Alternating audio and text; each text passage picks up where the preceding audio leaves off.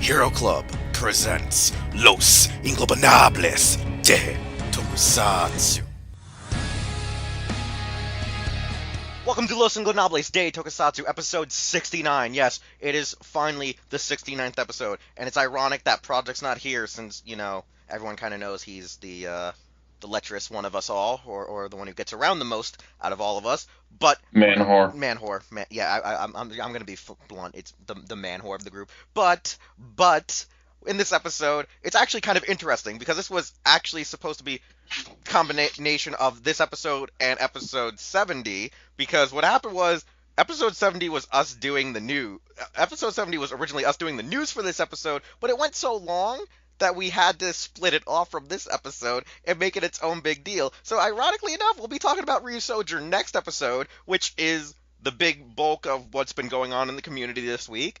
And now we're going to be continuing on with our actual not-so-visual history of the Power Rangers Ultimate Visual History book, which is ironic since, we were trying to do 69 with Ryusoulger and yada yada yada. But like I said, you'll see why episode 70 got out of hand. Wasn't exactly the hot sex we imagined, so... It wasn't. It really wasn't. It was more of like a really bad one-night stand where you wake up. It was just so uneventful and depressing. Whereas this one... it's more like having a one-night stand for the second time with somebody, except you kind of forgot that you had it with them the first time. And so you're just kind of like, I feel like I'm reliving the same experience, but I don't know why. Yeah, like you're literally having deja vu until like the actual, hangover comes back and you're like, oh god, no. But no, what's going on is like this episode, like I said, it was shot sort of out of order. It's an editing mess for me personally, since I'm the editor. And that's all I have to do is talk. Yeah, all you have to do is talk. But yeah, no, we're gonna look through Ninja Storm to Ninja Steel, Ninja to Ninja, getting butt fucked by both of those. However, as Soundout informed me, though, the book doesn't actually end on Ninja Steel. It does the Lionsgate film, even though the Lionsgate film was way in production before Ninja Steel even began. It actually released after Ninja Steel's aired. So that's the only explanation on how it happens, because I guess? Ninja Steel and Super Ninja Steel are one chapter. It's just a Super Ninja Steel is basically a subsection within chapter 20, whatever. Well, the movie, since it came out during Ninja Steel's run, it actually is its own chapter afterwards. Yeah, that makes somewhat sense, but not entirely, personally. I mean, it kind of works because it's like, here's all the series, and then, oh yeah, alternate universe movie. But like I said before in episode 68, yeah, expect to be, double penetrated by ninjas. We're going to be burning at both ends. We got our Ninja Storm and our Ninjas, which is ironic seeing that since we are recording this a little out of order due to editing nightmares. We now know that Shout Factory is releasing Hurricane in March 2019, so that's just a little fun fact for all you people tuning in this week to go, why are they not talking about it next week? I still can't afford Time Ranger or Gat Ranger. Hey, somebody can afford it, though. Just not me, because I bought other things called G Gundam. Yeah, I'm not gonna lie, still, when I saw that tweet go up about shipping now, I'm like, and Soundout died. I haven't got my shipping notice yet, so I'm like living. I'm just sitting here going, happen like right now during this podcast recording. I wish, but it's like, they're not there, they left the office hours ago. It would have been funny, though, if it still happens. Just like shipping notice, because UPS still finally picked it up. And just Soundout dies, and we're just sitting here like, we got that on air. So, alright, let's do this. Let's do this. Nee. Chapter 14, Ninja Storm. Which is great, because now we're finally starting Disney era. Yeah, we're going to run through the Disney era and the underwhelming abomination of horribleness era. And, yeah, then the movie. Yeah, it's ironic? I actually kind of made that joke in the description for episode 68 when it goes up on YouTube and that. Well, that was a fun little accident, wasn't it? It was a happy little accident. That accident didn't look so happy. Anyways, so Ninja Storm. We know that the series was made to sell toys. Wait, that's like saying water is wet. We know that this series irony, is done because there's a water ninja. This is true. And she was always wet. So there was a production change because things went from Saban to Disney. Jonathan Zatcher was out, and they decided to look for replacements. So Disney looked at people that were working on their Disney Channel original movies, specifically Johnny Tsunami and Motocross, both based off of surfing, and motocross. So that just explains everything about Ninja Storm in one sentence, I think. Oh yeah, it explains why I had a weird passion of hatred towards them when they were first putting out the highlight reels, and I was like, fucking X Games. So Ann Austin and Doug Slum came on simply because Disney was the ones that hired them, since they already worked for them. And Koichi Sakamoto came on as a producer, which I think is where we started getting more American footage with wire work in the Koichi style. There was also some other, New Zealand personnel. There's some more details there if you actually care about that stuff. I do, but most people don't. Not a whole lot of stuff in here that I found was like too surprising.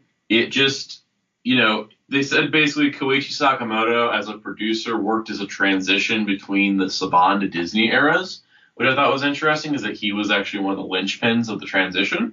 And that they basically went with the extreme sports theme because, well, part of it, I think, is Doug Sloan and Austin already knew how to do those kind of stories, and also that was just the trend of the early 2000s. Oh yeah, if it wasn't, something about extreme sports, whether it be skateboarding, motocross, or anything, X Gamesy, you might as well, had killed yourself. So if you're physically disabled, you're gonna hate this show, probably.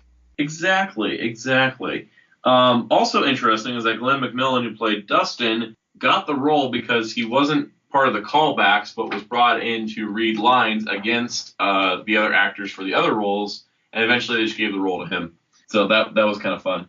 The other thing I thought was kind of interesting is that Jason Chan, who played Cam, said that he kind of felt like he was disappointed because he knew that he was going to be the Green Samurai Ranger from the get-go. But he said that I was a little disappointed because it meant that I would spend almost half the episodes as the geek sitting at Ninja Ops. I was always shooting in a studio set while my co-actors were out in the beautiful locations, forests, waterfalls, and cliffs. I couldn't wait to get out there. So it was very much from the beginning that Cam was going to be green. That wasn't like a, sudden decision change that some people assumed. That was something from the beginning, and the actor was kind of stuck behind a computer for most of the season, talking to a hamster that wasn't there, which sounds awful, honestly. Oh, it sounds pretty bad, because you would have thought they would have tried to keep that a secret even from him, but they were like, no, you're our sixth senshi, and you're gonna be bored out of your mind sitting here. So writer Jackie Marchand said, I think Ninja Storm is the funniest season of Power Rangers. It isn't a conscious decision. There were never meetings where we sat down and said we were doing a serious season or we're doing a funny season. It always grew out of the theme of the season and who was directing the writing. So essentially, Ninja Storm being like a comedy kind of came by accident, which I think is probably why its comedy works so well, is because they weren't aiming for it to be a really funny show. They just ended up being one because of how things worked out with the actors and the writers. Moving on to Dino Thunder. Dino Thunder... God damn it, my goddamn freaking microphone went on mute. Oh. No, I was saying it's still funny, like, how ironically it's one of the best seasons because Lothar breaks the fourth wall. Like, he consecutively broke the fourth wall and made it like the best villain of all time because of that. Wouldn't surprise me if some of that was ad-libbed, because it does seem like ad-libbing. Anyways, moving on to Dino Thunder. Douglas Sun and Ann Austin were the ones that came up with the idea to bring back JDF, and they wanted to do that because they wanted to connect it to the dinosaur and high school theme of Mighty Morphin, and they thought that it was great that they could get him back. So he ended up passing on a lot of his own ideas and past experiences as a ranger to the new cast. Essentially, they talked about that they wanted, this is ironic considering the 2017 movie, but Doug Sloan's pitch for Dino Thunder was literally the Power Rangers are the Breakfast Club. They're different personalities, they don't get along, they don't like each other, and they're forced into this situation. Oh, actual So essentially they wanted these to all be characters that hated each other from the beginning. Actual teenagers with attitude. Exactly. Which is honestly pretty great. In case people don't know, Connor was played by James Napier, who is the great-grandson of Alan Napier, who was Alfred Pennyworth in the 1960s Batman series. Yeah, a lot of people actually don't know that. Yeah, a lot of people don't, because it's not a thing that's shared. Well, you wouldn't associate it with the fact that, New Zealand kind of, like, he did a lot of New Zealand stuff and other, etc. Like, James Napier basically did a lot of New Zealand stuff, and Alan Napier is known for an American TV show, so a little bit of a disconnect there. That's a huge disconnect in the greater scheme of themes. Oh yeah, it's a huge disconnect. Like, it's completely different worlds at that point. So with Jason David Frank, this has been talked about before. This is kind of like the clearest answer on things. It says there's one caveat in Frank's contract for Dino Thunder. He asked for time during the shoot to return to Los Angeles to see his family and check in on his businesses. So the writers came up with ways to keep him as part of the story even when he wasn't actually on set. As a result, different stages of the season, he was fossilized in amber, stuck in his morph state, or unable to turn off his invisibility dino gem power, all states that wouldn't require a physical presence on set. So, there's rumors about, like, oh, he had a child born, this and that, somebody died. It was worked into his contract in the beginning that he would get to go home to Los Angeles to visit his family. So that's why he had points in the show of just not being there. He's already said that himself, is that, like, other stuff did actually happen where they had to extend, like, a few of the days of filming, because I think someone did die, but it wasn't, like, it was, like, the main reason why he was gone. It was like, oh, no, I went home for business and my family, but then, like, he did say few days were held up because of, like, a death or something happened. Right. Now, here's something I thought was interesting, because it actually kind of gives us a key into the grander scheme of Super Sentai production. So as we've noticed in recent years, there's been less Japanese on-screen actors portraying villains and more actors in full costumes for main villains. And the reason for this is because of Power Rangers. For example, the villain in Kishiryu Sentai Aba Ranger was played by a Japanese actor who was not concealed within a traditional rubber monster suit. As economics were important in the partnership between Saban Entertainment and Toei, the American production team asked the Japanese creators to have the villains played by a fully suited actor instead of a Japanese actor who spoke Japanese because of the dubbing issues it created. Jackie Marchand explains, if the villain wasn't in a suit, we couldn't use that footage. Sometimes Toei would do it, and sometimes they wouldn't. We were happy to design our own. And that is where Mesogog came in, because they did have to create their own. This is something that would continue through the Disney season specifically, but it may be part of the reason why starting around, I'd say like Shinkenger-ish, is when we started seeing less and less human villains and more of the... Yeah, so pretty much Power Rangers put a monkey wrench into one of Sentai's better elements. Basically speaking, that is an exact answer as to why we don't get as many, human-faced villains as we used to. We used to get a lot of them. Now it's very limited, and it's probably Power Rangers' fault. And so one of the reasons why fans like us that now hates the current status of Sentai is actually because of Power Rangers. So thank you, Power Rangers. Thank you. Yep. So apparently, Latham Gaines, who played Mesogog, said that his audition was one of the weirdest he's ever had. He just basically went in and pretended to be a dinosaur for his whole audition, and that's how he got the role.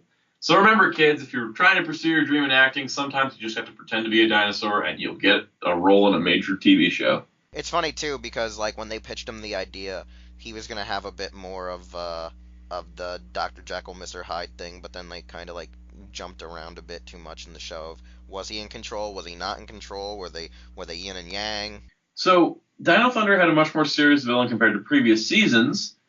Disney did some kid testing, and the kids said they wanted a scarier bad guy, says writer John Telligan. So Mesogog came out of that. Doug Sloan told the actor that he wanted him to scare the kids with the character, and I decided to scare the adults as well, says Gaines. Basically, it sounds like maybe Lothar, while being amazing, was probably sounded like he didn't test well with kid audiences as well, because it sounds like the kid testers that Disney pulled together said, we want scarier villains. And that's always that thing of when adults make shows for kids without ever consulting kids, they usually make things like, oh, we don't want this to be too scary for children, while children are like, scare us, make us afraid, it'll be great, which is why things like Mum-Ra exist in the world. So casual watchers of the show probably didn't realize that Gaines was wearing the giant Mesogog head. People thought that it was all animatronics, explains Gaines, but they created the head out of rubber and foam. I wore red contacts and moved the jaw with my chin. Of course, it was heavy and hot, and I used to sweat gallons, but the head was so cool.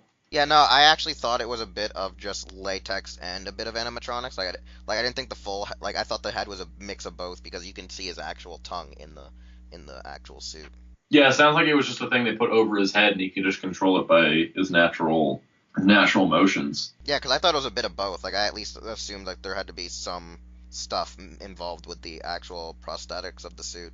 Yeah, it seems like it was a lot simpler than that. So, how neat. Basically, Doug Sloan says that thing that JDF likes to say, Tommy is the face of Power Rangers, always will be the face of Power Rangers. Anyone knows about anything about the show knows about the character.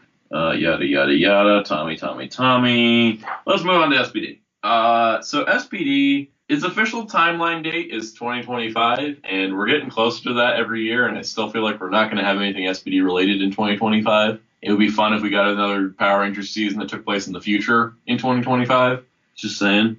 Let's see. So this is the season where we got Bruce Kalish and Greg Anaritz, as well as Sally Campbell. So these are our new producers and the production team. So it was another production shift for Disney. They didn't just stick with the same people from Ninja Storm and Dino Thunder, which is probably why SPD kind of went in a different direction that way. So essentially speaking, there's a lot that's been said about SPD over the years. So a lot of this didn't feel too new and unsaid. And that's probably because Greg Anaritz talks a lot at conventions.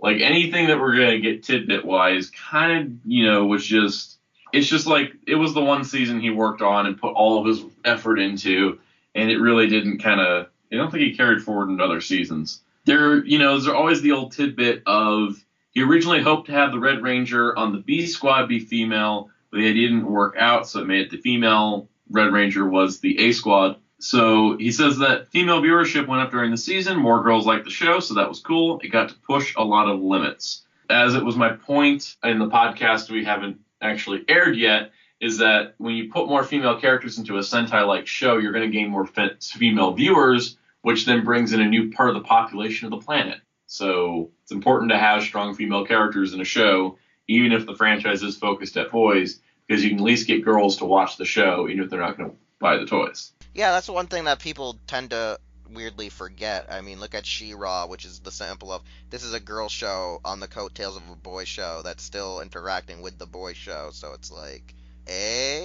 Yeah, A is exactly what I would call it. I just did the A is in a sense it's just why don't you do it? Because I mean we've had so many Sentais where we have the really badass chick and the girly girl chick. We've had Sentais where they're a bit of both. They're a pish posh. It's an ongoing thing and probably could be its own topic is gender equalization in Tokyo. But we'll talk about that another day.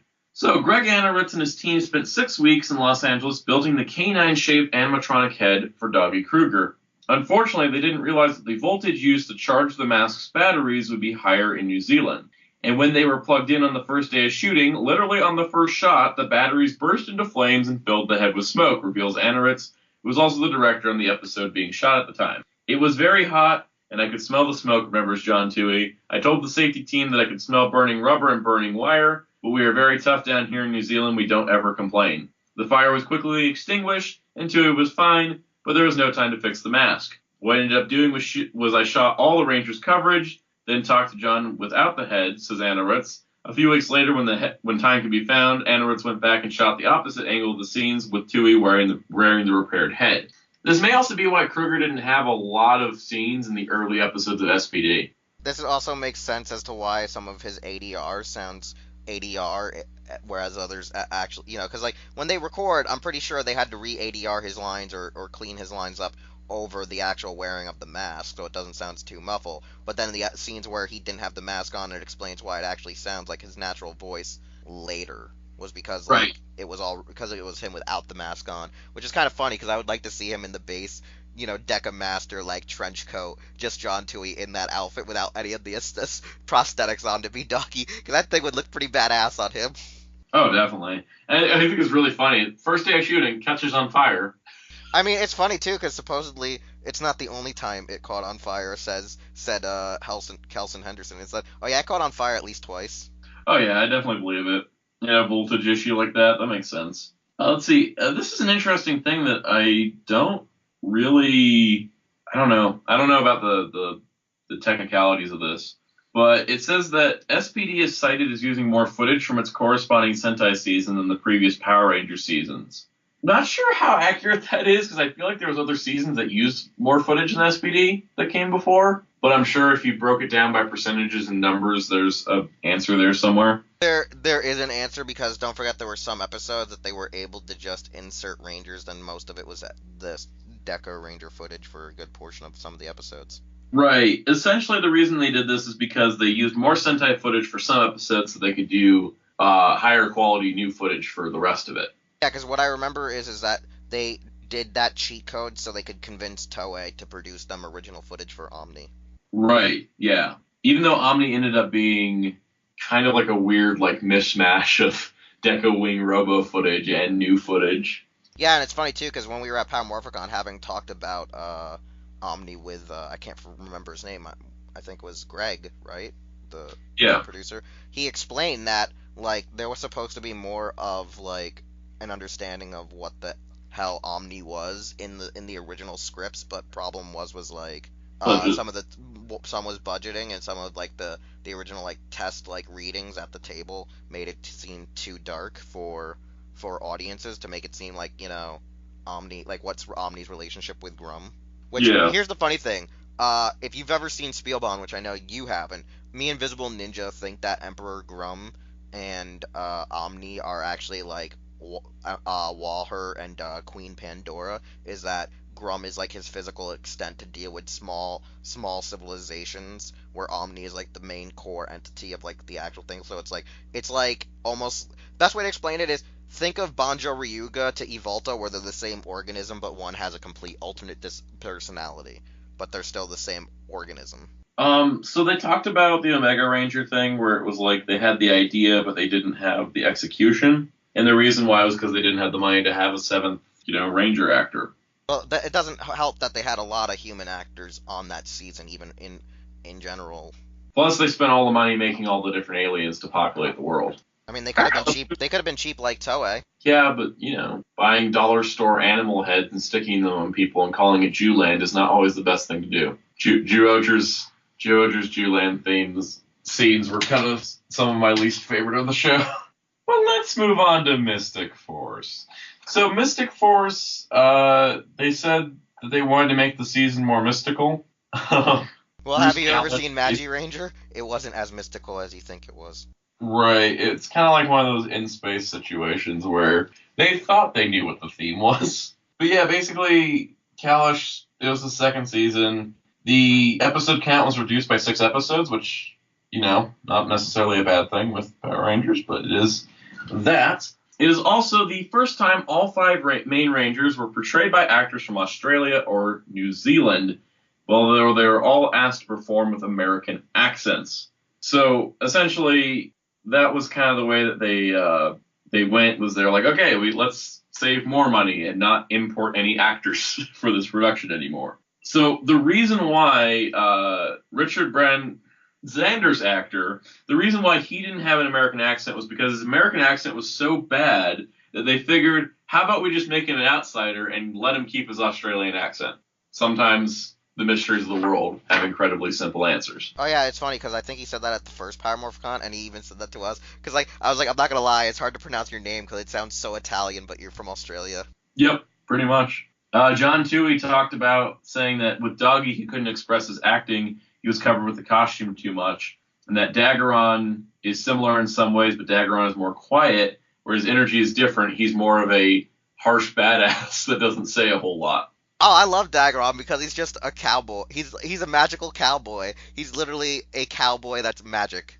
He's a magic cowboy. Toohey studied sword fighting and lost weight for the part in order to give his character a different look. Yeah, Daggeron is like just he's one wild SOB, and I want him back so bad in Power Rangers. I hope Hasbro is like, hey, can we get that guy back to play another Ranger? And then bam, you know what he plays?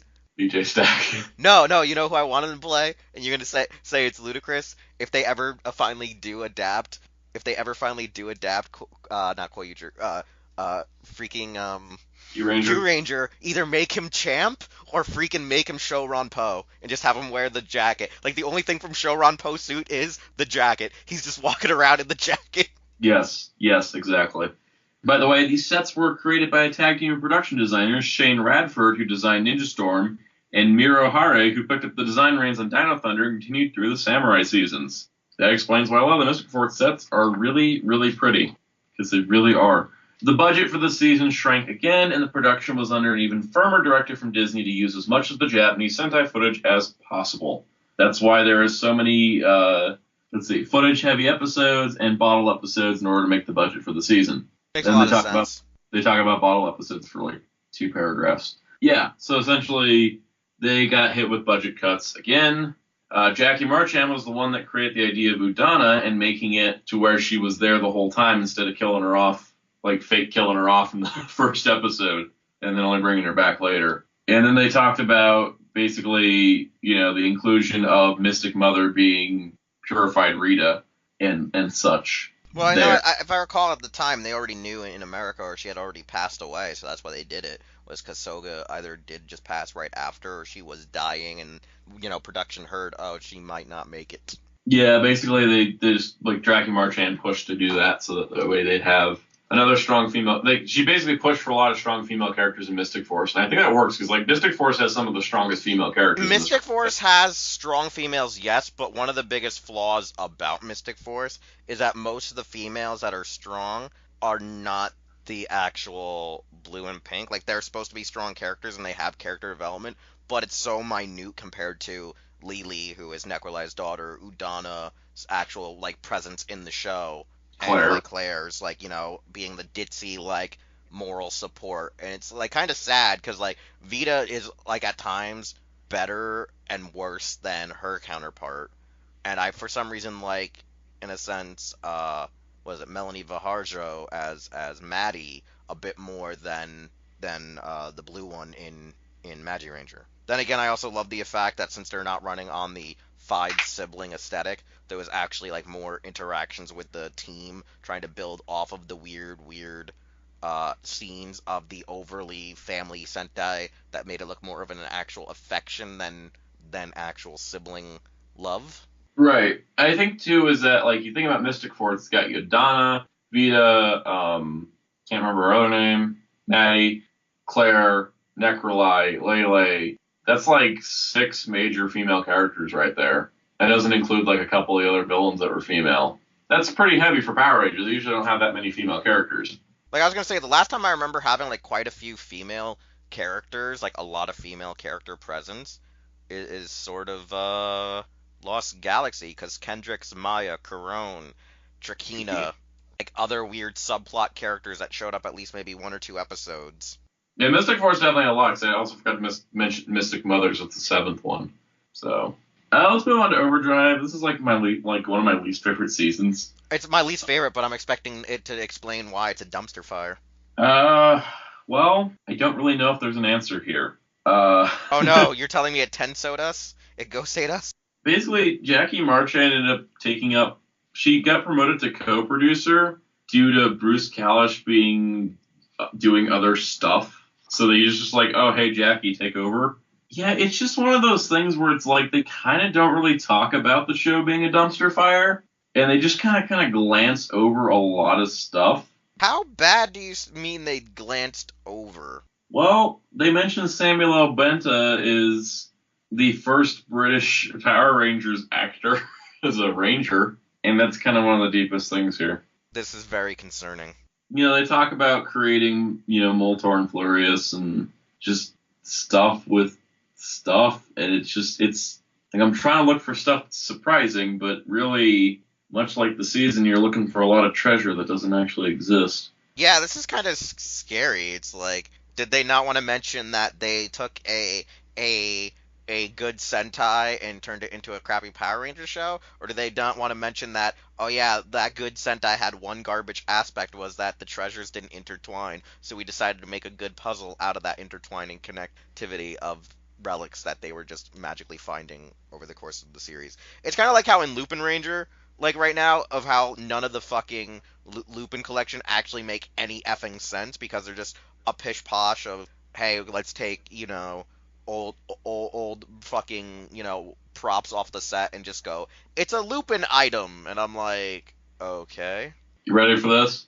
Oh god, it's gonna get bad. Here's your answer.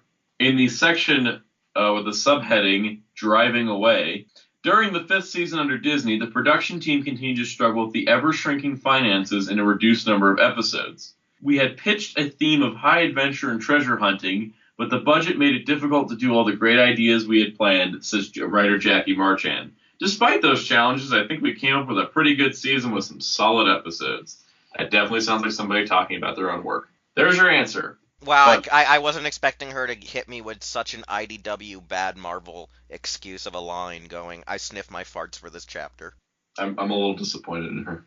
I'm not trying to be an ass, but like it really felt like she knew it was bad, so she just decided to fart sniff and mill over the fact that it was a I mean, dumpster there's fire. being proud of your work, and then there's just that, which is a little, you just say you made a bad season, it's okay. It's like almost as if we were dealing with, per se, it would be like if the Ghost Rider was like, oh yeah, I did a great show, looks at the ratings, okay, I did a bad show, and I should feel bad about myself. Mm-hmm. Speaking of good shows, Jungle Fury. Jackie Marchand said that Jungle Fury is another one of my favorite seasons because I love the theme of spirit animals, and that gave us a lot of ideas for stories. See, she just redeemed herself. They talk about taking a different look and different style with the show, kind of reinventing things. They wanted to do more unmorphed fights because of the martial arts theme. They talk about RJ, who was, quote, laid back and hippie-ish. I gave it more of an East Coast feel to it than Californian. So take that as you will. Apparently, Jared's actor, that was his first role on television. Prior to being cast, he graduated from college with a pharmacy degree. He was a fully qualified pharmacist who decided, I'm going to be an actor. Always showing you kids that your first dream may not be your final destination. So what you're telling me is he did the Gem route before Gem. Yeah, pretty much. Let's see. Talks about actors, making sure they had martial arts backgrounds. Strikeout. While the Jungle Fury season was in its early stages of development, the Writers Guild of America threatened to go on strike against the Alliance of Motion Picture and Television Producers. The strike would affect the number of episodes that the screenwriters would be able to finish before the production would have to shut down. When the strike ended on February 12, 2008, the original writers returned to work. Despite these behind-the-scenes difficulties, Jungle Fury still had a lot of fun elements to offer Power Rangers fans. So yeah, even Power Rangers, which filmed in New Zealand, got affected by that writer's strike. New Zealand actor David DeLautour auditioned for the Silver Ranger in Operation Overdrive, but eventually be cast in Jungle Fury. He said he played RJ as a typical California surfer dude, but has a lot of knowledge and expertise to teach others in a non-threatening way. The American accent became easy for him because he spent 6 years living in the U.S. He said he made the accent as a cross between Keanu Reeves and Johnny Depp. And now everything just makes sense in the universe to me. Explains why he is the ultimate stoner. I'm having a moment of realization. He literally was like, yeah, they don't really talk about much about the Spirit Rangers, ironically. Because they didn't really have spirit. RPM time. Oh no, we're going down a dark path. This is where they brought in animation writer Eddie Gillison to act as executive producer. Gillison has a solid track record extending Disney's franchises, writing successful TV series that contained the adventures of movie favorites such as Tarzan and Buzz Lightyear. Because it was the final season of the show, the executives at Disney pushed me to shoot for something that was ambitious. They told me to swing for the fences and often reminded me that because the show was essentially already canceled, I had nothing to lose. Oh, and are you ready for this next sentence for a bunch of triggering words that are going to make your brain hurt? Terminator Salvation, Terminator Salvation, Terminator Salvation. With movies like The Dark Knight, Twilight, and Iron Man in the top 5 most popular films the previous year, Gillison was encouraged to notch Power Rangers up for an older audience, and going darker seemed to be the way to go. Gillison was inspired by the apocalyptic sci-fi movies of the 80s, such as Mad Max and The Terminator. Hey, guess what? Fuck you all. Ha ha ha ha ha. I don't know. Also, Terminator Salvation came out the same year as RPM after the series was filmed. It's funny, though, because it was already in production, Salvation, like 2 years before the series started filming. Yep. And people still don't understand that. He says, even though those movies were set in dismal circumstances, they included spirited humor and inventive action sequences. He says, in addition to just loving these movies and wanting to pay tribute to them, I've also believed that they would resonate with the audience, including the younger members who had never seen the original films. Moving along. There was one line in here that I need to find again because I lost my note that said where it was. They talk about how Adeline Kane had such a hard time acting through her suit and helmet, and I'm just like, lady, you didn't have a dog head catch fire every day. Here we go. Halfway through the RPM season, the show underwent an abrupt change when Eddie Gillison was let go. When Gillison came in with no live-action television experience, Jackie Marchand wanted to help him as much as she could. The show is difficult to make if you don't know what you're doing. It had challenges that no other TV show has. Essentially, they fired the guy because he didn't know what the hell he was doing, which explains the first half of RPM's kind of weirdness in a lot of ways. Disney said that they were very happy with the creative results, but told me they simply could not continue cutting it that close with production. To get the production back on schedule, Disney decided it's time to part ways. Before Gilligan left the show, Jackie Marchand also decided to move on from Power Rangers. Keep the season going, Disney brought back a veteran of the franchise, Judd Chip Lynn. Of course, the circumstances were not ideal, Lynn said in an online interview, but with great backing from Disney and the fantastic New Zealand crew, we never skipped a beat. So Gilligan had created a show Bible that contained a pretty good overview of the series and the characters, but not the ending or revelations of any of the story arcs, Lynn says. There was also story ideas Gilligan had implemented that Lynn was not on board with. One was the revelation of the villainous Naya 7 was Dylan's long-lost sister. Lynn was concerned that a similar story had been told in Power Rangers in Space with the Andros Carone plotline. Ultimately, he put his own twist on how to conclude the season's storylines. I'm very proud of what was achieved, Lynn says. There's a lot of production stuff right there. The fair part about that is the fact that Chip was like, we can't do this, but then does the missing father thing from freaking VR Troopers for Dino Charge. Well, he didn't work on VR Troopers, did he? I don't know how much he did work on that. I don't think he was fully attached to it, but you would think he would know because they were so close-knit back then. This is true. This is very true. Yeah, so basically they talked about how it was supposed to be the last season, but surprise, Saban brought the franchise back as a shell of its former self. Sorry, was that too mean? I mean, Samurai was kind of a shell, blah, blah, blah, then blah, blah, blah, blah, blah, blah. And now is the fun part. At about the same time, Disney was looking for a buyer for the Power Rangers property. Haim Saban started Saban Brands, a new arm of Saban Capital Group. He thought we should start a company where we would buy some old brands and see what we can do, says Joel Andrick, who became Chief Creative Officer of SCG in 2004 after leaving his executive position at ABC Family. One of the first calls he made was to Robert Iger, who had become CEO of the Walt Disney Company. Haim said, I see you guys haven't totally embraced Power Rangers. It doesn't seem like the corporate fit for your organization. What about selling it back to us? And before you knew it, we were the owners. Haim couldn't have been happier to be back owning Power Rangers. He lives and breathes this thing, and I think at the end of the day, he missed it. He doesn't golf, and he doesn't drink fine wines or have extravagant collections. This is his hobby and his love. Until he sells it again, because money. I added that last part, just so everyone knows. No, I'm just in here like, I love how they're painting him as like this wonderful character, and he's not. He's just... No, we have that famous video clip from the early 90s where he says, make them laugh, make them cry, take their money. Yeah, so, it's magical. It's magical. It's magical. And if Mucha was here, he would say something really, really fucked up. Once Saban Brands reacquired the series, they signed a deal with Nickelodeon to air a new season starting winter 2011. Until the new season's debut, a re-edited Disney-produced version of the first 32 episodes of Mighty Morphin Power Rangers was aired with updated special effects. Internal screaming. It doesn't clarify if Mighty Morphin 2010 was all Disney or if it was Saban and Disney where they're like, let's air something. But we didn't hear about the deal going through until after MMPR 2010 was already like airing, while, it's possible that was just something put in as a placeholder. And then we get to Samurai, the series itself, where they kind of just talk about the mega modes. No, this section's about the actors being all-American. Second season reasons. One of Saban Brand's most notable changes to the reacquired franchise was a new model where 2 shorter seasons would be produced back-to-back. Shorter seasons would be, using footage from the same Sentai season and broadcasting over the course of 2 years. Samurai aired 23 episodes between February and December 2011, and Super Samurai continued the storyline of 22 episodes in 2012. Although the change wouldn't necessarily apply to every new season, it was a bold step forward for the series. One reason behind the change was that Nickelodeon tends to order shows in batches of 20, says Brian Casanidi. But another part of the rationale is that fans become invested in characters, and then they're ripped away after a year. We wanted fans to fall in love with the characters in the first year and be able to enjoy them for a second. This is a noted variation of strategy from changing the cast 1 year after another. So yeah, basically their main reason was this is the number of episodes we're getting. And the other reason was maybe we shouldn't switch a cast every year like Sentai does. And I'm just like, well, when you spend 50 episodes with them, it's time to go. When it's only 20, maybe you should keep them around. Also, another driving factor was the challenge faced by toy retailers who had been struggling to sell stock related to a specific season before the next season began. If the new season's Zords were dinosaurs and the retailers still had the previous season's Zords on the shelves, they simply could not change it out and sell it through quick enough.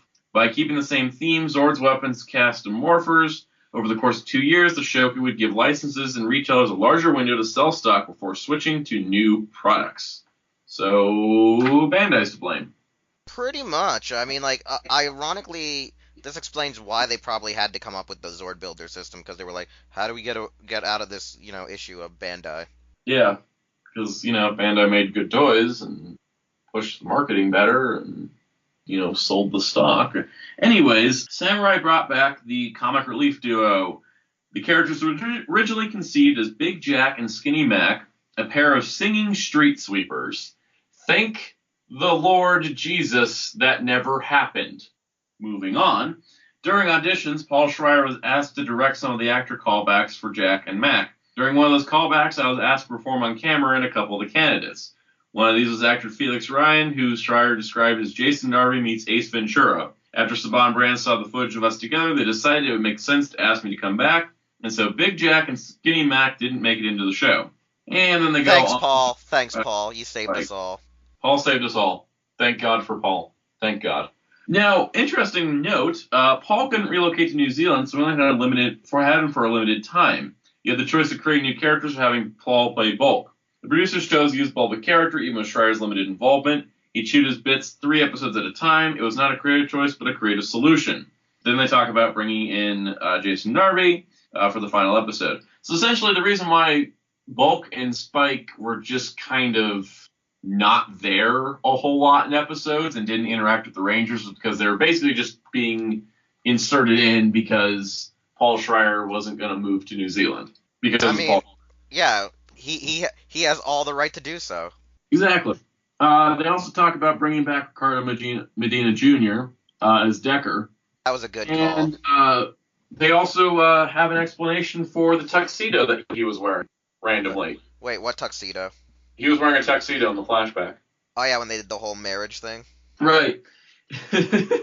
The writer of the series says, I don't know why he's wearing a tuxedo in the wedding flashback, but he was an amazing character to write. That's a weird, random quote that has no relevance to anything else.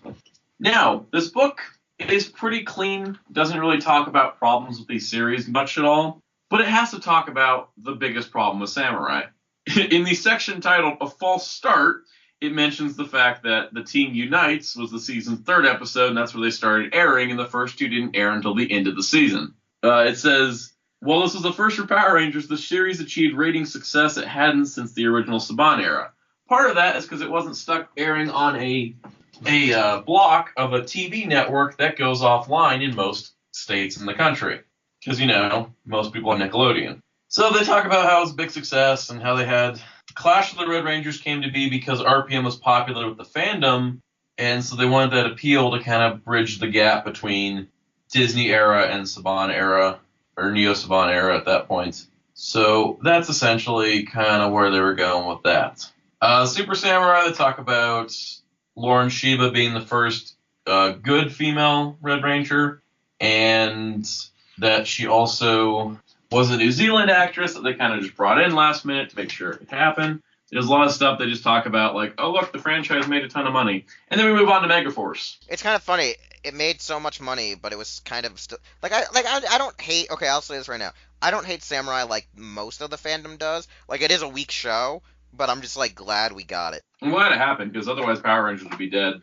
It's weird, because, I'll just say this right now, is, one thing that a lot of people don't understand is, I also like it because of all the naysayers who said Shinkenger couldn't be adapted, and I'm like, you said it couldn't. You just didn't say it had to be a good adaptation. You just said that it wouldn't. And here's the thing.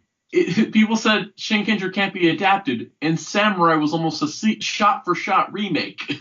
But that was the thing, is everyone's like, they can't adapt it. Shot-for-shot remake, and little kids and younger kids still enjoyed it, and then went and sought out Shinkenger because they heard the comparison and Shinkenger. So it's it blew up in your face. And it made a ton of money. $80 million in toy sales in 2012. It's like that joke of of all like the anime fans saying it's a live action adaptation we never asked for, but then you find like one of their old ghost accounts that is like from a dead forum where it's them saying, "Oh, I wish I had a live action adaptation of like say insert anime here." Exactly. So let's see. Oh boy, Megaforce. Oh, are you ready for this? You're not ready for this. Eyes ready, eyes ready, eyes ready, eyes ready. So naturally, we talk about how Megaforce was Goseiger adaptation. Super Megaforce was Gokaiger adaptation because they wanted to do 20th anniversary and eat their cake too. Brian Casanetti said there are two concerns. One, we didn't think the Rangers of Guardian Angels theme of Tensa Sentai Goseiger could be converted into something that would resonate with kids over 2 years. And with Kaizoku Sentai Gokaiger, there's also concern about Sentai's pirate Rangers driving the theme. Pirates have done well at the box office, but have not done well on toy shelves. So commercial considerations came into play. This is why the show basically has no theme, is because they said, oh, we can't use angels and oh, we can't use pirates, but then decided not to replace it with anything. They said we wanted Megaforce to be a celebration of the legacy of the show, but we also needed to reverse engineer it because we were taking footage from 2 different Sentai. This would entail making a coherent line between the diverse themes of 2 seasons to explain changes in costumes, Zords, Morphers, and other elements. The scripts did not, Super Megaforce did not position the heroes as pirates, but they did use the pirate-style swords and blasters, and the Megazords were piloted using a ship's wheel, much like a pirate galleon. It's really bad how this blew up in their face. It really did. It really did, because they said, like, oh, we couldn't use either theme from the Japanese show, and I guess they decided on no theme. Because they never talk about, like, what... It's like they mentioned that they couldn't use either theme, and then they never talk about what they did to make up for that. Megaforce was a throwback to classic Power Rangers. Haim Saban very much wanted us to reconnect with our MMPR roots, so we did. It's called We Made It Crap. They have a whole 2-page thing on Vrock in all those different forms, which is neat. Actors did actor things and stuff. They talk about Robo Knight being a cool character and how we have very few robot rangers. It's called There's a Total of 6, including Robo Knight. They talk about Robo Knight Before Christmas being a memorable episode. Because of the Somalian pirates, bruh. The Somalian pirates. Like, I still love that. I'm not gonna lie, Oga's lore of the Somalian pirates makes a better reference as to why we didn't see him for all of Super Mega Force. Essentially. It's Gokaiger time. It's just fun. It's just so funny though. Like just going through this stuff. It's just like it's such a mess. It's such a mess. This is my favorite thing.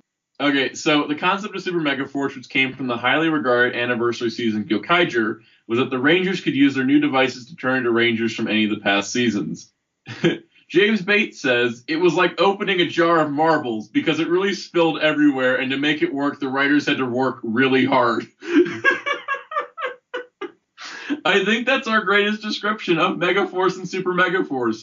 It's like a jar of marbles because it really spilled everywhere. I dearly. I don't know. I don't know how, but like it sort of sounds like that. It kind of just sounds like we opened up marbles, or we opened up a barrel of monkeys, or some motherfucker thought it would be a nice day to play Jenga and write a script.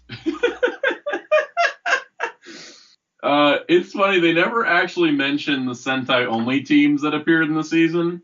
It's just never mentioned, I don't think. They're probably like trying to mill around the fact that it was just executive meddling by Tazakar and Saban going, I like that suit. I like this suit. I like this show. Ooh, there's Kenji Oba. If it lets us get, like, Lightning Collection figures of Die Rangers and 5-Man and stuff, I don't care anymore. Listen, if it gets me Lightning Collection of, Jetman, a complete team, I'm gonna be like, I ain't even mad. Exactly.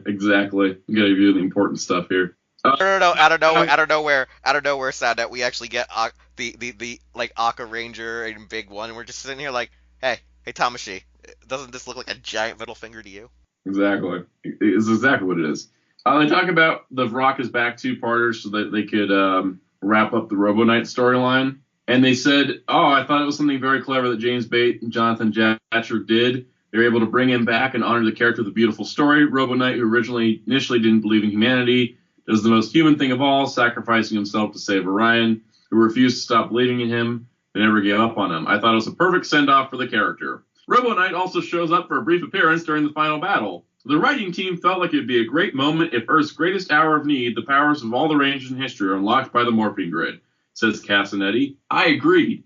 Okay, so you're like, oh, it was a perfect send-off for the character, but also, let's just bring him back for the hell of it. Like, I don't know if anything sums up Megaforce any better than that. I mean, that's what happened in the Sentai, was that, oh no, we need to bring the dead back from the dead. Mm-hmm. Let's see. Melissa Flores, that's somebody we know from the internet. Says searching for costumes to dress all the races was a bit of a treasure hunt. Says that all the original uniforms and props had been sent to Disney and returned to Saban after years being moved back and forth between a handful of warehouses. One of Flores' first tasks when she started at Saban Brands during the Samurai and Super Samurai seasons was to find as many complete costumes as she could. So yeah, Melissa Flores found costumes. Anyways, they talk about Tommy. And wait a second, I haven't heard this many Tommies since Optimus Prime. And they talk about just having more Ranger stuff, and that they got a lot of extras to fill Ranger costumes. And oh my gosh, can we talk about the giant fluke of the Neo Saban era? Do you know what the giant fluke of the Neo Saban era is? It's called Dino Charge. I was going to say it existed. Well, that existed? I was thinking it's a fluke because it was the one good season. Oh no, I thought you meant like the Neo Saban blah blah blah. This is the fluke of the Neo Saban era because it's the only good season.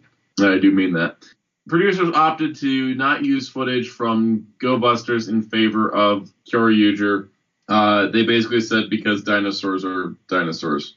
Yeah, they also talked about how it was trouble trying to do 10 Rangers on a team. And I'm just like, just wait till Q Ranger, bitches. Just wait till Q Ranger. Oh, this was fun. So, they actually, for the Amber Beach Dinosaur Museum, they were able to use the Auckland War Memorial Museum as the dinosaur room, and that they actually used the on-location shooting lent to authenticity for the show. So they ended up only having the museum shooting for like 3 or 4 days because they actually had to shoot while the museum was closed. But the actual dinosaur museum bits were in an actual dinosaur museum. So honestly, that's pretty cool. And that's something Power Rangers doesn't usually do. They don't talk about how the New Zealand government basically paid them bribe money to promote New Zealand. That's not mentioned whatsoever here. If that was, but yeah, it's mentioned everywhere else. What was that? It's mentioned everywhere else. Yeah, it's on the internet and stuff, but they just don't mention it here. Let's see. Much like with Jason Chan, Claire Blackwelder had to wait to be a Ranger because she knew from day one that that's who she was going to be. It's funny how day one we all knew who she was, but, you know. She also said people on social media were always trying to get me to admit where my storyline was going to go. I mean, we all figured it out. She doesn't realize we're not retarded. Also, side note, the exterior shots of the Dino Museum were filmed at the Auckland Botanical Gardens. So if anyone's ever in Auckland, go take a look at Dino Church stuff, I guess. They talked about other Rangers, and they talked about how they had to use the male Purple Ranger because of footage. And now we can move on to Supercharge, because this is the interesting part, called Heckle and Snide were not in Kishiryu Sentai footage. They're totally original characters. Snide's costume was actually from an unused Japanese team-up movie, Kishiryu vs. Go Busters. Another New Zealander, Ryan Carter, was asked to submit a tape that then brought in for the Heckle audition. They talked about how they wanted to have Heckle debut in the previous season to become the main villain in the second season, so there'd be some kind of connection there. And they talked about how they had the idea of a split character with 2 forms from the beginning with Zeno Wing and Doom Wing, since both existed in the Sentai footage, and they thought it'd be a good opportunity to have a second character with 2 forms in the show. That allowed us both set up how Heckle and Snide were created, how Heckle was redeemed by being split from Snide, as Zeno Wing was from Doom Wing. They talked about how they had to swap out different Rangers because they couldn't have all 10 in an episode at a time, because juggling that would be kind of impossible. Anything else on Dino Charge you want to talk about? No, it seems like as, you know, we get further towards the end of the book, it's more like uneventful. We kind of figured that. Oh no, I think it's because we just hear more about all this stuff now. It's like anything we hear from these newer seasons we've already heard before. Yeah, I think that's the one problem, is that, like, unlike the original series, which is, like, you know, an archive of treasure trove of information, the more frequent ones, like, because of social media, because of the actors being actually, for some reason, very happy to have just been in Power Rangers, tell it all, you know, it's very interesting. Yeah, I think a lot more stuff comes from the earlier seasons. All right, let's talk about Ninja Steel. So, Chip Lynn says, we were creating a new season. My writing staff and I threw around tons of ideas before we found one that sticks. We all love the idea of a monster game show, and it was unique for the season. Although we kept talking about a variety of ideas, this is the one we kept coming back to. Galaxy Warriors is great because it's a new and interesting framework to introduce monsters every episode, Blessed Last add some humor to the monster side through the ever-entertaining host, Cosmo Royale. They also talk about how it skipped over Rescue Sentai Tokyuger to use Shuriken Sentai Ninja. Lynn did use one character from Tokyuger with a top-hatted, tail-coated Baron Nero, who, with a bit of face change from the original costume, became Cosmo Royale. Cosmo Royale actually had 6 different faces, if you didn't know. Yeah, they had various masks. You can tell in the show that they would just switch it. Yeah, but the total official number is 6, and they actually include a little booklet that shows all of them, which is neat. Galaxy Warriors is a thing. That was a bunch of stuff, and they put a lot of work into bringing the stage to life. Meta is how Brian Castaneda describes the show's conceit, a game show within a show that occurs in space. Thought it was so creative. Ship. Here's the sad part, and this is going to sound fucked up, but I think that whole Royale thing kind of very suspicious as why didn't, Sheriff Skyfire or any other sheriffs, arrest these motherfuckers, or were they, broadcasting this on, the black net of internet? Well, first of all, Sheriff Skyfire was a dumbass. So I'm guessing all the space sheriffs are retards in this universe. Mm-hmm, and I hate it. Cosmo Royale, they said, is Baron Nero and Tokyuger. The only thing we created for the show is the head. We gave him a little change in the coloring, but more importantly, we gave him a new face, or faces. They wanted to have multiple mood masks, and the masks were manufactured in Japan. So that's why they look good. Warrior Dome would be created with visual effects, so they explored how the stage would fit inside the dome with 2 large screens on the side to project battles. Screens also be put in visual effects in post-production, so we had to make sure the stage would fit within that frame. When looking at the audience from the stage, we set up a couple real rows of audience in the front that were filmed several times. The image of the audience were used repeatedly throughout the season. Then we set up a whole bunch of monsters on bleachers and shot them from behind. Then special effects supervisor Carol Petrie and her team took that footage and used it to digitally populate the entire theater.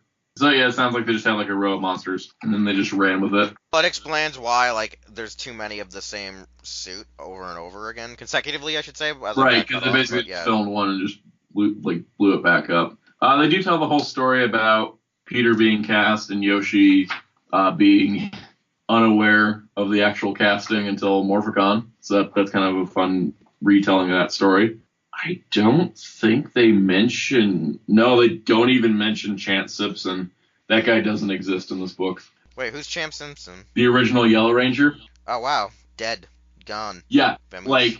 we never got the story of why he got recast. Part of it, I think, was that he became a SAG actor shortly after being cast, and they couldn't have him on anymore because of SAG rules. So that's his own mistake, I think. Yeah, I don't think I have a wait. Here's the thing. I have a bad feeling that he didn't know about that part. I don't think he thought probably you had to be SAG. So when he went in and got casted, he didn't know it was gonna F him.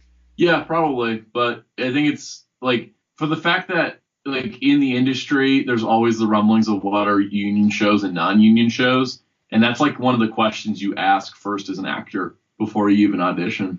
Maybe that's just because it was, Baby's first job that he didn't just realize his own mistake. Very possible. Also, yeah, no, the book doesn't even mention him whatsoever. He does not exist, according to this book. He was never cast. They mention Audrey Dubois, but they do not mention Chance Simpson. We need a Power Rangers tell-all novel. He needs a chapter. He needs a chapter to tell his story. I want a chapter that's just called Samuel Abenta and why I'm banned from Power Morphicon. Chance Simpson and how I got myself ousted from a TV show so bad that I'm not even mentioned in the book. We should make this book and just track down these actors and people and just be like, here, write a chapter for us. Oh my god, knowing Aralek though, Bischoff gets involved, and that's how it gets signed off on. It's oh yeah, Jason just saw we were doing really crazy stuff. Plus he also likes that we're throwing shade at the community. Exactly. Victor and Monty get a whole 2 paragraphs. 2 paragraphs for Victor and Monty. It's sad, because there was more content coming out of them when I met them. This is true. I mean, there's really nothing much here. The last 2 pages of this Ninja Steel chapter are all Super Ninja Steel gets. Super Ninja Steel gets 2 pages only. The other Super Seasons got 4 pages at least. He's just got 2. Brian Castanetti says, it's funny how the word super just happens to work. Each time we think maybe we're going to replace super in the title of the second season, there's always some reason to keep it. It was I guess super works. They do talk about Dimensions in Danger quite a bit, which is actually pretty nice. And they talk about, they wanted to be the best reunion yet. It wasn't. First we went back and watched previous anniversary episodes to see what had already been done. Then we studied the footage and we had to play with it. From there, we started kicking around ideas and finally decided we got to explore the whole Ranger Dimensions angle. Next step were to find which past Rangers were available and then find all the correct costumes and props. It was fun to develop, even more fun to shoot. Lots of Legacy Rangers are friends of mine. It was great to see them. Others I never met before, but it was nice to get to know them. I only wish we could have had around them longer. I'm proud of what we all managed to put together. I hope it does justice to the Power Rangers legacy. It did some justice, not full justice. It was still a fun episode. Oh no, it's a fun episode, but like I feel like it really warranted a full hour than it one definitely needed an hour. Ready for this part? This little bit made me laugh. Do you know why? Because it talks about how Judd Lin was a failure, or that tweet that said he was the devil. No, it talks about the Christmas episode about a month before the episode actually aired. Now we're getting to the part we've been foreshadowing for like 2 episodes. And unexpectedly, this season's Christmas episode brought back 2 fan-favorite villains, Sledge and Poisandra from Dino Charge, who take over the Warrior Dome to broadcast the Poisey Show. Not only does this show have a captive audience, it also has captive guests in 5 of the 6 Power Rangers. Luckily, Preston is able to join forces with a Legacy Ranger to save them. We used the same stage and added a new sign for the Poisey Show, says Tracy Collins. We also brought in pink and gold and white furniture with huge fluffy cushions and took the lighting into the pink. So with the whole thing looking quite sparkly, with a touch of Vegas. It's definitely a Poisandra version of an over-the-top talk show. I haven't seen the episode yet, but I feel like I just learned a whole lot about it. It's like a really bad clip show that like intersects like some interesting action between the Sidarso Save Christmas. I need to see it. But no, I think it's funny these paragraphs are in here talking about like the episode aired already. Oh yeah, like one of the best parts I can tell you literally is that like I think they make a quote, like they actually try to do the joke of fun in Japan. Like he's about to say, "Hey, how about we go to Japan?" And she's like, "We are not doing such things." Oh god. All right, so here's some interesting little things. We're currently in pre-production of Power Rangers 26th and 27th seasons Power Rangers Beast Morphers, says Brian Casanini.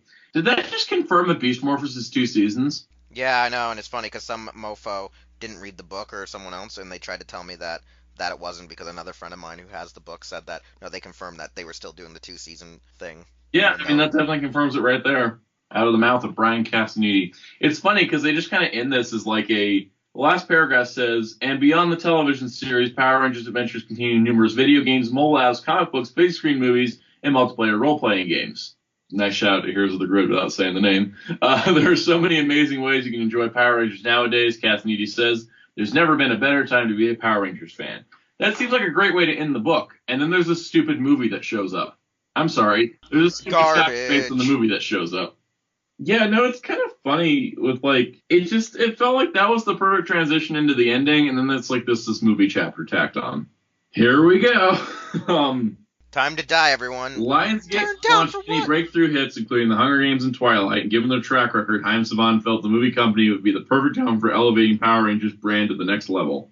Next page. There's a lot of really big pictures in this section, like they just were filling pages. Yeah, they just kind of recap the movie in a way. They do say Breaking Bad's Bryan Cranston is cast as the team's mentor Zordon. Cranston did voice several monsters in the series. Hunger Games star Elizabeth Banks. She said there was never any discussion about inventing a villain. I think for the fans, it would have been sacrilegious. Not really. As a woman who takes no prisoners and is just utterly determined to win, she thinks of humans the way we think of insects. They're great freedom in playing someone like that. It's not really Rita, but, bitch, whatever you want. Oh, no. Rita saw them all as, like, hilarious pawns or whatnot. Yeah. They don't really give a good reason why it takes an entire movie for them to morph. But they did say the actors were filmed in a practical cockpit as they each drove their assigned Zords. We had a single cockpit pod set on a motion base that had all kinds of possible motions. It tilt in 3 directions, rise, fall, and shake. LED lights within the cockpit would be adjusted to whatever color the Zord was supposed to be, thereby creating this illusion that each actor was sitting in a different cockpit rather than the same one. To complete the effect and further distinguish the 5 cockpits, a digital canopy was placed over the live-action cockpits in post-production with individualized scratches and nicks. The digital glass was also allowed the camera to freely push through or come out of the cockpit window. For being able to pod... It's weird. Like, you would think that this movie might had more, I don't know, more information. Info? Yeah, like how it went through like 7 or 12 different drafts. They just said it was something they were developing since 2014. Yeah, that's bad. That's bad when you're just like, it's just, this thing and this thing, Three's Company too. Yeah, they said that they wanted to have the Rangers actors' faces and eyes visible for the 20-minute Zord fight scene. They don't really explain why they only had a freaking 3-minute Ranger fight scene. God, I'm still pissed about that. Oh, here's something interesting. The putties are supposed to be a lot cooler. I don't believe you. Yeah, no, the Israelite conceived that the Rita could manipulate the matter of any environment. When she first brings her putties to life atop the quarry chasm, they're made of moss and rocks. When Rita creates the putties from the town's main street in the final battle, their bodies include parking meters, mailboxes, and don't walk signs. The putties have multiple arms and legs in unique combinations. That's because I misunderstood the concept art, Israelite admits. It showed a great progression of how they came out of the ground, which looked to me as if they had multiple limbs and hands. As I said, well, that should be the design. So basically, they're supposed to be individual creatures with like parts of the ground and stuff pulled up together. But because he saw this one concept art image, which they include here, of like 3 of them rising from the ground at the same time, he thought, oh, they're just weird, monsters. They also said that they just imagined Goldar being flowing molten gold and that they got approval from Saban as long as they had the wings and the helmet. So that shows you how Saban really doesn't give a crap about Goldar. Hey, Kerrigan, I thought you guys were friends. Right? Krispy Kreme was chosen simply because we wanted this incredibly powerful object to be located under a business establishment with an inherently funny name. It wasn't product placement. They just did that for funny. They also decided they were going to... Oh, wait. They realized Krispy Kreme donuts is actually trash like everyone thought they were. Mm-hmm. Also, they said they were going to remix the Go-Go Power Rangers theme, but just clipped in a few seconds of the actual original version that tested better with audiences. We're almost done. Yeah, this is getting pretty cancerous. Yeah, we're getting there. When we put our Zords together in the traditional sense, it didn't look threatening, it just looked silly. So that's why they came up with the idea of let's melt the Zords together, which is kind of dumb. It was a really cool piece of concept art of the Megazord with like military helicopters and a military soldier for scale reference, and I'm like, if there was a military aspect to this movie, it probably would have been more interesting. They also said the reason why rarely did. They said the reason why it took forever is they wanted to show kids that nothing happens automatically and that you have to work together and build up to important moments in life. This wasn't a kid's movie. I don't know why you're having the moral of the story be, we're making this for kids to teach them about teamwork and growing as people. And I'm like, no, you just made an excuse to spend like 100 minutes doing nothing for 20 minutes of action. I don't like rewatching this movie at all.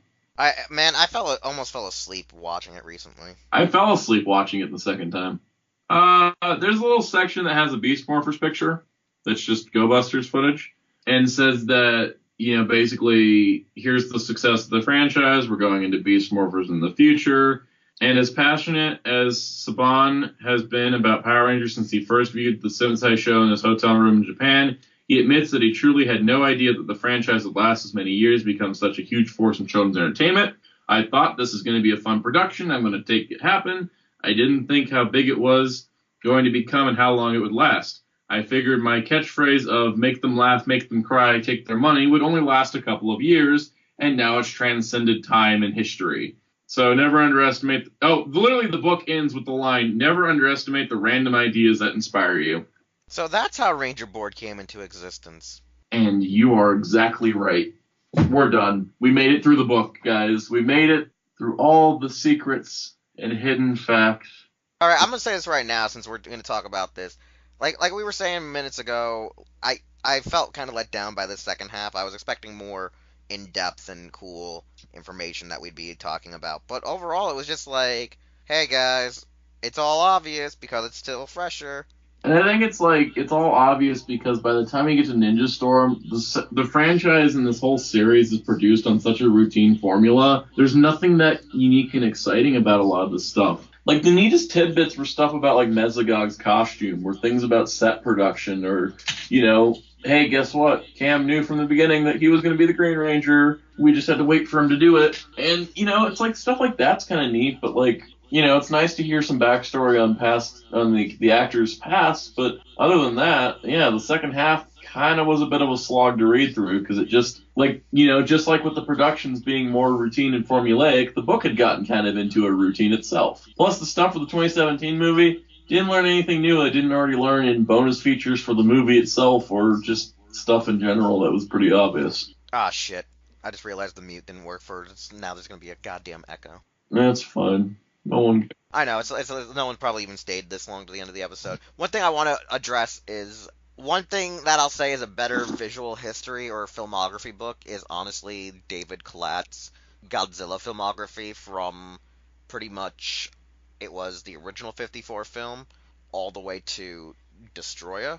And when he did that book, it was magical. Now there are elements where like this book it becomes formulaic of explaining like the production and all this other jazz, but it's not as what I should say feeling repetitious in a sense. Like there's some like I think the Heisei era, like honestly, when you're reading the Heisei era and elements of parts of the Showa era, there's like a formulaic annoyance about hearing certain lines and dialogue explained of like the formula of how Toho is in the mentality of making the Godzilla films in that book. However, I think it's a better presentation because unlike with Power Rangers or Sentai, it's not this episodic show that runs yearly and it's just a movie a year rather than 50 episodes, a show that's runtime spans the course of several movies. Right. And I think with this book too is some of the best stuff is the concept art, and the production stills, and everything like that. Like that is the fun part. Is the visual history. The text is kind of a supplementary thing. It's really good at like providing a great overview of the franchise. It doesn't get into the dirtier parts of things like the Chance Simpson area or Ricardo Magina's in jail for killing somebody. Like that stuff doesn't get mentioned. Well, that doesn't that well him murdering somebody wasn't production. Point is, it doesn't talk about like where the actors are now. It talks about their lives before Power Rangers, and it just kind of like provides a very clean version of the whole franchise and its production and everything, which is fine. It's a good read and it's enjoyable, and there's some stuff we pulled out. But yeah, in the more recent seasons, there wasn't as much to talk about, sadly. And that's kind of like actually a Debbie Downer, I feel like, for this book. Because like the stuff for the Saban era, like there was tons of info. Like they have a whole chapter about Power Rangers before the show even started, and there's like the really cool stuff about the first two movies, and there's really cool stuff about Lost Galaxy and stuff about Wild Force, and then it just gets to Ninja Storm, and you're like, yeah, this is all stuff I would have guessed anyways. It didn't seem like as much was put into the shows, and therefore there isn't as much to talk about. Yeah, and that's kind of like ridiculous. It's like what why was there no more effort put into this?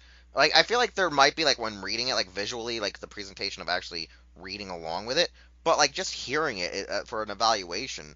I think that while this is a good encompassing book, I would like to see like we've been stating since the first part of this review is I want a more grittier take on, and I don't mean grittier take like the 2017 film. I mean like one that's actually like more of a gray discussion about the ups and downs of the Power Rangers franchise, like something you would see almost like in a film documentary kind of level, because there's so much interesting aspects where we have issues of sexual harassment lawsuits, we have issues of assault, we have issues of corporate, I wouldn't say embezzlement, but corporate malpractice of paying equal pay or paying X amount or asking for raises, the big no on SAG and SAG this, SAG that, the issues of we have to adapt this Sentai footage or that, like because I feel like if we were to get a documentary, you would literally see like Jason Bischoff be like Biscoff or Bischoff, I screw up his name, don't kill me people, but